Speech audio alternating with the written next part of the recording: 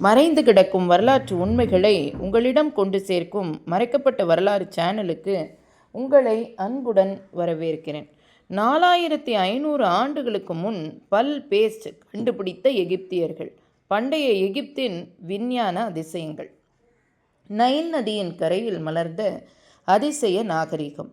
4500 ஆண்டுகளுக்கு முன்பு உலகம் இன்னும் இருளில் மூழ்கியிருந்த பொழுது எகிப்து மட்டும் அறிவின் ஒளியில் திகழ்ந்தது.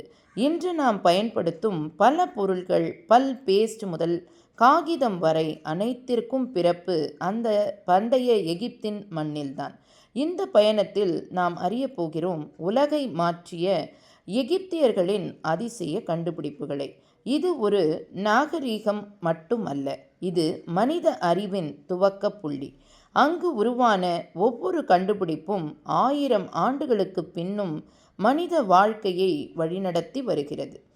நாம் தினமும் பயன்படுத்தும் டூத்பேஸ்ட், அதற்கான முதல் உருவாக்கம் 4500 ஆண்டுகளுக்கு முன் எகிப்தியர்களால் கண்டுபிடிக்கப்பட்டது என்பதை நம்புவீர்களா? அவர்கள் கல், உப்பு, சாம்பல், முட்டை ஓடு, உலர்ந்த புதினா இலைகளை அரைத்து தண்ணீரில் கலந்து பல் சுத்தம் செய்தார்கள். அந்த கலவையின் வாசனை புதினாவை ஒத்திருந்தது. அதனால் அதன் கடுமை பல் மேல் உள்ள அழுக்கை நீக்குவதற்கு சிறந்ததாக இருந்தது. மருந்தியல் கலை வளர்ந்த காலத்தில் அவர்கள் பல் சிகிச்சைக்கும் நூல்கள் வைத்திருந்தன. இபர்ஸ் பவிப்ரஸ் என்ற ஆவணத்தில் பல் நோய்களை சரி செய்வதற்கான முறைகள் குறிப்பிடப்பட்டுள்ளன. அந்த காலத்தில் சியூஸ்டிக் எனும் மரக்குச்சியை பயன்படுத்தி பல் தூரிகை செய்தனர். அதுதான் இன்று நம்முடைய டூத் பிரஷின் முன்னோடி. அந்த பல் பேஸ்ட் உலகின் முதல் வாய் சுகாதார கண்டுபிடிப்பு. அதை எகிப்தியர் பெருமையுடன் உலகத்துக்கு அளித்தார்கள். எகிப்து மரணத்தின் நாகரிகம் என்று சொல்லப்படுவது போல வாழ்வின் நாகரிகம் என்றும் சொல்லப்படலாம். அங்கு மருத்துவம் ஒரு கலையாக இருந்தது. ஹிம்காட் என்ற மனிதர் உலகின் முதல் மருத்துவர் என்று வரலாறு கூறுகிறது. அவர் புண் சிகிச்சை, எலும்பு முறிவு, காய்ச்சல், பல் நோய் ஆகியவற்றிற்கு மூலிகை மருந்துகளை கண்டுபிடித்திருந்தார். அந்த காலத்தில் மருத்துவ நூல்கள் இபர் பைப்பர்ஸ் மற்றும் எட்வின் ஸ்மித் பாப்பரஸ் என்னும் ஆவணங்களில் காணப்படுகிறது. அவர்கள் அறுவை சிகிச்சை செய்த விதம் அதிசயம். இரத்தப்போக்கு நிறுத்தம், மூலிகைகள், தையல் நார், சுத்தமான கருவிகள் ஆகியவற்றை பயன்படுத்தினர்.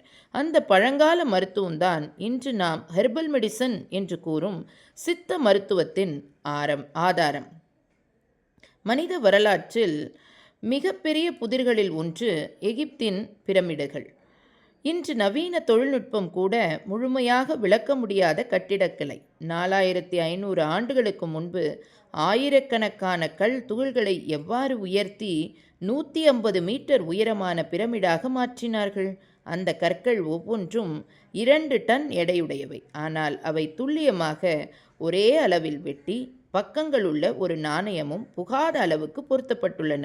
அந்த காலத்தில் கிரேன் இல்லை, மின்சாரம் இல்லை, லேசர் இல்லை. ஆனால் அவர்களிடம் இருந்தது கணக்கின் திறமை, சூரிய ஒளியின் திசை, அறிவு மற்றும் உறுதியான ஒழுங்கு. அவர்கள் கற்களை உயர்த்திய விதம், சாய்வு மேடைகள், ராம்ஸ், மர உருளைகள் மற்றும் மனித சக்தி. அந்த திசை அமைப்பு சூரியனின் உதய நேரத்தையும் மறைவையும் துல்லியமாக காட்டுகிறது. பிரமிடுகள் வடக்கு, தெற்கு, கிழக்கு, மேற்கு திசைகளுடன் துல்லியமாக ஒத்திசைக்கப்பட்டுள்ளன. கிசா, தாஷர் போன்ற இடங்களில் கட்டப்பட்ட பிரமிடுகள் ஒவ்வொன்றும் வேறு வேறு பரிமாணங்களை காட்டுகின்றன. ஆனால் அனைத்தும் ஒரே அடிப்படை கணித ரீதியில் அமைக்கப்பட்டுள்ளன. அவர்களின் கட்டிடக்கலை ஒரு அறிவியல் ஆய்வகம் போல இருந்தது.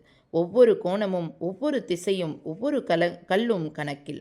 அதுதான் எகிப்தின் பொறியியல் கலை இன்று கூட உலகை வியக்க வைக்கும் காரணம். பிரமிடுகள் ஒரு சமாதி அல்ல, அது ஒரு சின்னம். மனித அறிவின் உச்சத்தை சுட்டிக்காட்டும் தெய்வீக அடையாளம். மொழி இல்லாமல் நாகரிகம் இல்லை. அந்த உண்மையை முதலில் உணர்த்தியவர்கள் எகிப்தியர்கள். அவர்கள் உருவாக்கியது உலகின் முதல் எழுத்து வடிவம். இதில் 700க்கும் மேற்பட்ட சின்னங்கள் இருந்தன. ஒவ்வொரு சின்னமும் ஒரு வார்த்தையை காட்டியது. கோயில்களின் சுவர்களிலும் அரச கல்லறைகளிலும் காகிதமாக பயன்படுத்தப்பட்ட பாப்ரஸ் தாளிலும் இந்த எழுத்துக்கள் செதுக்கப்பட்டன. பாப்ரஸ் தாள் அதுதான் உலகின் முதல் காகிதம். நைல் நதிக்கரையில் வளரும் பாப்ரஸ் தாவரத்தின் தண்டு துண்டுகளை நினைத்து தட்டி உலர்த்திச் செய்தது. இது உலகத் தகவல் பரிமாற்றத்தின் துவக்கம். இன்று நாம் எழுதும் புத்தகங்களும் அந்த பாப்ரஸ் தாளின் வாரிசுகள். காலப்போக்கில் இந்த எழுத்துக்கள் மறைந்துவிட்டன. ஆனால் 1799 கண்டுபிடிக்கப்பட்ட ரொசேட்டா ஸ்டோன் அவற்றை மீண்டும் உயிர்த்தெழச் செய்தது. அந்த கல் துண்டு 3 மொழிகளில் இருந்தது. ஹீரோகிளிஃபிக், டெமாட்டிக், கிரீக். அதன் மூலம் பழமையான எகிப்தின் மொழி மீண்டும் வாசிக்கப்பட்டது. இவ்வாறு எழுத்தும் தகவலும் மனித சிந்தனையின் முதல் வடிவமாக எகிப்தியர்கள் கையில் பிறந்தது. அழகு என்பது எகிப்தியர்களின் வாழ்க்கையில் ஒரு பகுதி. அது பெண்கள் மட்டுமல்ல, ஆண்களுக்கும் பொது. அவர்கள் நம்பிய ஒன்று, வெளிப்புற அழகு என்பது உள்ளார்ந்த சுத்தத்தின் பிரதிபலிப்பு. அதனால் தினமும் குளித்தார்கள், வாசனை பூசினர், முகக்ரீம், கஜோல், வாசனை எண்ணெய் ஆகியவற்றை பயன்படுத்தினர். கண்களை கருப்பு நிறத்தில் வரையும் கோல், அதுதான் உலகின் முதல் லைனர். அந்த கோலை தயாரிக்க அவர்கள் லெடிம், பிளாக் சல்ஃபைடு, தாவர சாறு ஆகியவற்றை கலந்தனர். அவர்களின் முக கிரீம்கள் மெல்லிய வாசனை கொண்டவையாக இருந்தன. ஆட்டுப்பால், தேன், அலோவிரா, தேங்காய் எண்ணெய் போன்ற இயற்கை பொருட்களை பயன்படுத்தினர். அந்த அழகு கலாச்சாரம் உலகின் முதல் காஸ்மெட்டிக் இண்டஸ்ட்ரிக்கு அடிப்படை அமைத்தது. கிளியோபாட்ரா, அந்த பெயர் அழகின் அடையாளமாகவே உலகம் நினைக்கும்.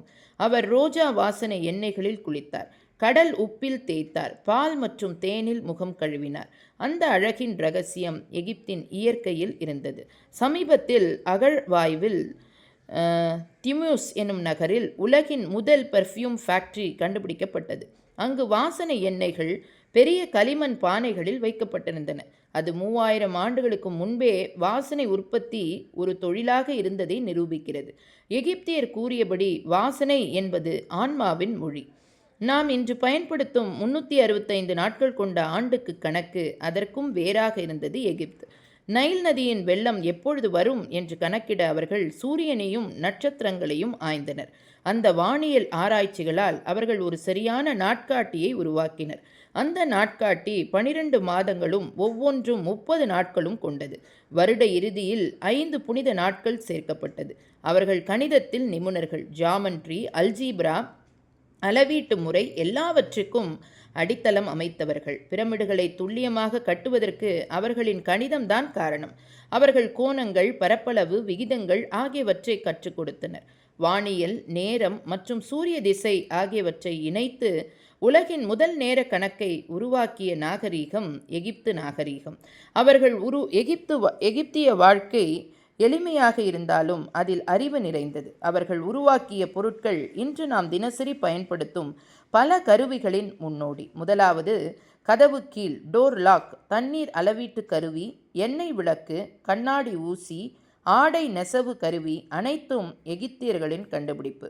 அவர்கள் பருத்தி மற்றும் லெனின் துணிகளை நெய்து அழகிய ஆடைகள் அணிந்தனர். இசை அவர்களின் ஆன்மாவின் ஒரு பகுதி. ஹார்ப், லூட், ஃப்ளூட், ட்ரம் எவை வழியாக அவர்கள் கடவுளை வழிபட்டனர். 4500 ஆண்டுகள் கடந்துவிட்டன. ஆனால் பண்டைய எகிப்தின் ஒளி இன்னும் உலகின் மண்ணில் எதிரொலிக்கிறது.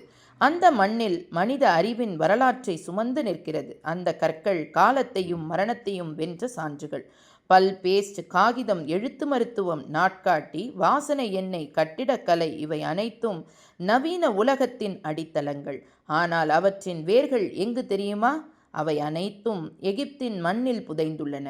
அங்கு மனிதன் கடவுளாக வாழ்ந்தான், கடவுளை மனிதனாக வடிவமைத்தான். அதுதான் எகிப்தின் இரகசியம். அவர்கள் கட்டிய பிரமிடுகள் கல்லால் ஆனவை அல்ல, அது மனித சிந்தனையால் செதுக்கப்பட்ட அறிவு கோட்டைகள்.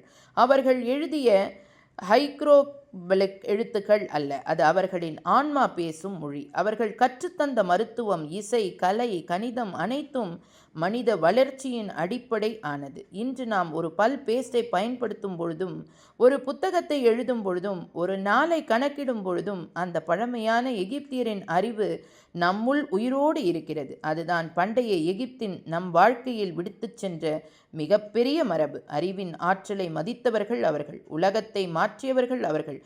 மனிதனை மனிதனாக உயர்த்தியவர்கள் அவர்கள். மறைந்த இரகசியங்கள் இன்னும் மண்ணில் கீழ் உறங்கிக் கொண்டிருக்கின்றன. ஆனால் அவை ஒரு நாள் வெளிவரும். அந்த நாள் மனிதன் தனது கடந்த காலத்தையும் எதிர்காலத்தையும் இணைக்கும் நாள். இது வெறும் வரலாறு அல்ல, இது மனித அறிவின் பிறப்பு கதை. பண்டைய எகிப்து நம் நாகரிகத்தின் இதயம். இதுதான் எகிப்தின் நித்திய அதிசயம். நன்றிகள் பல.